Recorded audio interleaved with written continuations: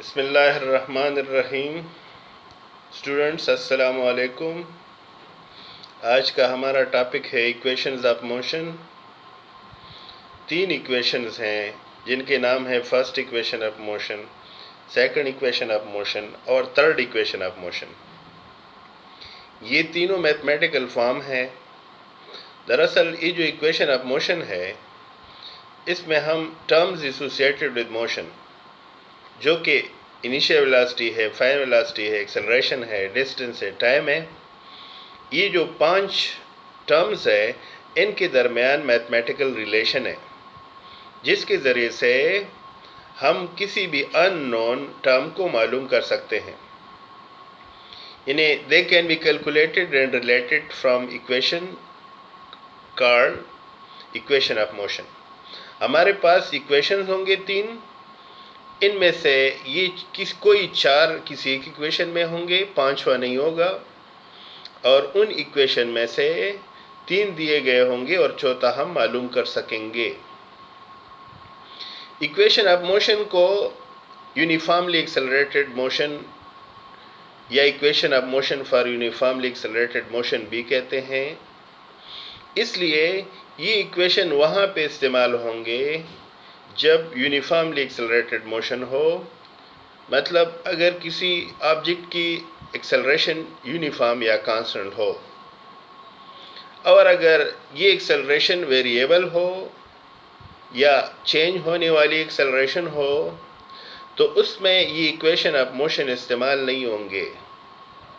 इसलिए इसका पूरा नाम ऐसे भी है equation of motion for uniformly accelerated motion, मतलब कि जिसमें एक्सेलरेशन यूनिफॉर्म हो तो उसके लिए ये तीनों इक्वेशन इस्तेमाल होंगे। सो इन दिस डिस्कशन, मतलब जब हम इक्वेशन ऑफ मोशन पढ़ेंगे तो इसमें कुछ चीज़ें आपने पहले से समझनी है। पहली बात यह है कि इनिशियल टाइम t इसमें ज़ीरो लेंगे, जबकि फाइनल टाइम होगा तो अगर आपने चेंज इन टाइम मालूम करना होगा जो कि tf माइनस टी के बराबर है, चूँकि इसमें ti ज़ीरो है तो tf minus T minus zero से tf आएगा, या इसका मतलब ये है कि जो डेल टी है सिर्फ tf, या जो डेल टी है इसको सिर्फ t से लिखेंगे। तो हमारी जो थ्री इक्वेशंस हैं इसमें टाइम को सिर्फ t से डिनोट करेंगे, जबकि इसमें इनिशियल पोजीशन भी ज़ीरो होगा, फाइनल पोजीशन होगी, तो हम इस डेल एस को मालूम करने के लिए जो फार्मूला अप्लाई करते हैं S F minus S I, so S F minus zero हो जाएगा क्योंकि एस आई ज़ीरो है, या ये एस एफ के बराबर होगा, मतलब final position. But in short जो हम डेल एस है या डिस्टेंस कवर्ड है इसको हम सिर्फ एस से डिनोट करेंगे। तो ये दो सिंबल याद रखने हैं, टाइम को t से और डिस्टेंस को हम सिर्फ s से डिनोट करेंगे। First equation of motion. Question इस तरह का आता है, derive first equation of motion by graphical method. ये जो फर्स्ट इक्वेशन ऑफ मोशन है ये हमें ताल्लुक बताता है initial velocity, final velocity, acceleration और टाइम के दरमियान।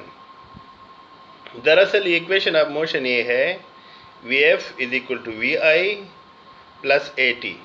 आपने देख लिया इसमें इनिशियल वेलोसिटी है, फाइनल वेलोसिटी है, एक्सेलरेशन है और टाइम है, यानी इन चार क्वांटिटीज़ के दरमियान रिलेशनशिप इसमें पढ़ा जाता है।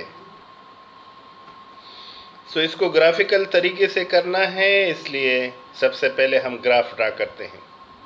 ग्राफ में दो लाइन ओरिजेंटल और वर्टिकल दोनों एक दूसरे को ओरिजिन पे काटते हैं।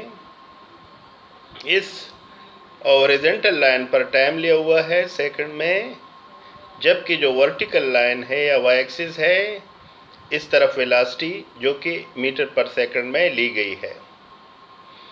इस ग्राफ में जो स्लोप है वो ए बी से दिखाया गया है। सो इसमें जो असल चीज़ है वो सिर्फ ये स्लोप ए बी है, बाकी हमने खुद ड्रा किया हुआ है। फिर इसके बाद अब इसमें जो मुख्तलिफ पॉइंट्स हैं, जैसे मिसाल के तौर पर ओ डी है, ये हमें टी देगा, तो ये इसके बराबर है, ये भी हमें टी देगा। ये ओ ए जैसे दिखाया गया है, इनिशियल वेलोसिटी हमें देगा। और ये जो ए बी है, ये हमें एक्सेलरेशन देगा, क्योंकि आपको पहले भी समझाया था कि वेलोसिटी टाइम ग्राफ में या स्पीड टाइम ग्राफ में स्लोप हमें एक्सेलरेशन देता है। तो इस ग्राफ से अगर ये लाइन डी बी देखें आप, ये वाला यहाँ से लेकर यहाँ तक, ये हमें फाइनल वेलोसिटी बताती है, क्योंकि ये इसकी इनिशियल वेलोसिटी है, जा रहा है ऊपर, तो ये यहाँ से यहाँ तक, या ये डी बी ये फाइनल वेलोसिटी के लिए है। फिर इसमें जो डी सी है, यानी यहाँ से लेकर यहाँ तक, ये चूँकि ये डी सी ओ ए के बराबर है, तो इसको हम वी आई से डिनोट करते हैं, जो कि इनिशियल वेलोसिटी है। फिर आपको समझाया था कि जो स्लोप है, ये वाला ए बी, ये स्लोप दरअसल हमें एक्सेलरेशन देता है। लेकिन अगर आप इसको गौर से देखें तो ये हमारे पास एक राइट एंगल ट्रायंगल बनता है। इस राइट एंगल ट्रायंगल के मुताबिक हम स्लोप हमेशा ये लिखते हैं, इस तरह से लिखते हैं कि जो y एक्सिस को हम डिवाइड करते हैं x एक्सिस पे, यानी difference of position along y divide by difference in position along x। तो इसलिए सी बी हम ऊपर लिखते हैं जो कि y एक्सिस है, और ए सी हम नीचे लिखते हैं जो कि x एक्सिस पर है। चूँकि इस सी बी का कोई नाम नहीं है, लेकिन ए सी को हमने टी कहा है, इधर से आप देख सकते हैं। सो ये जो एक्सेलरेशन है बराबर हो गया c b divide by t. अब दोनों तरफ को आप अगर इन दोनों को टी से मल्टीप्लाई करें तो एक तरफ ए टी आएगा और दूसरी तरफ सिर्फ सी बी रह जाएगा।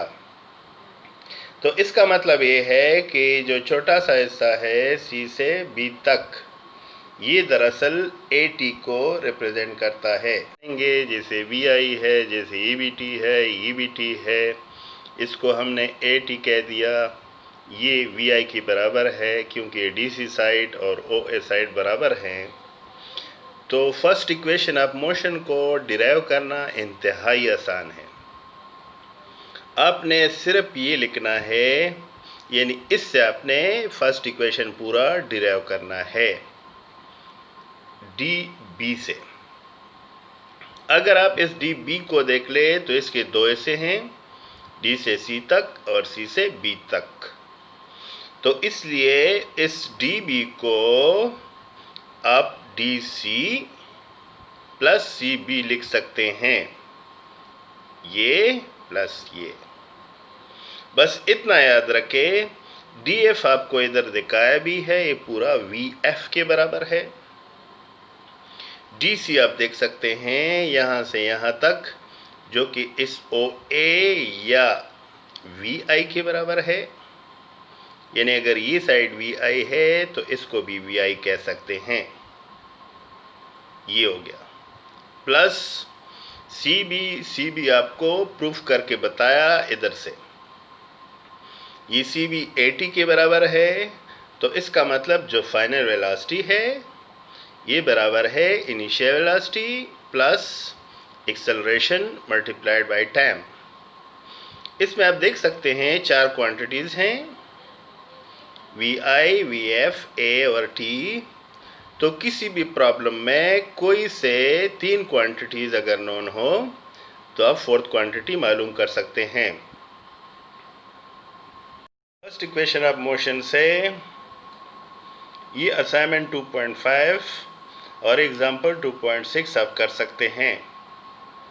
ये साइक्लिस्ट मोशन है, साइक्लिस्ट साइकिल सवार है, साइकिल राइडर है। A cyclist is moving with uniform acceleration 1.2 metre per second square, ये आप ए लेंगे. How much time will it require to change his velocity from 6 metre per second to 12 metre per second.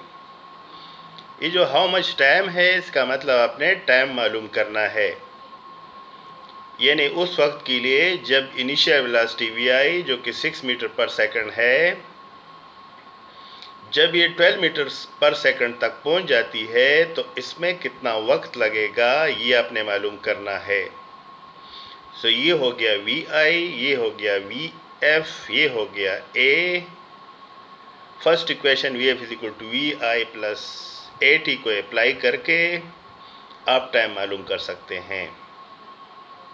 इस तरह से एक example भी है जो कि कमर्शियल एयरक्राफ्ट रनवे लेंथ, जब कोई जहाज़ कमर्शियल एयरक्राफ्ट हो जिसमें पैसेंजर आते हैं किसी एक मुल्क से दूसरे मुल्क का सफ़र करते हैं, रनवे लेंथ यानी जहाँ पे जहाज़ उतरता है या ऊपर चढ़ता है, यानी दौड़ लगाने के बाद जब जहाज़ रुकता है या ऊपर उठता है.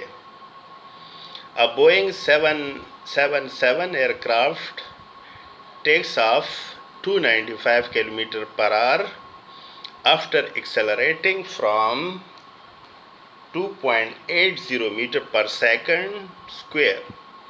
What is the minimum runway length required?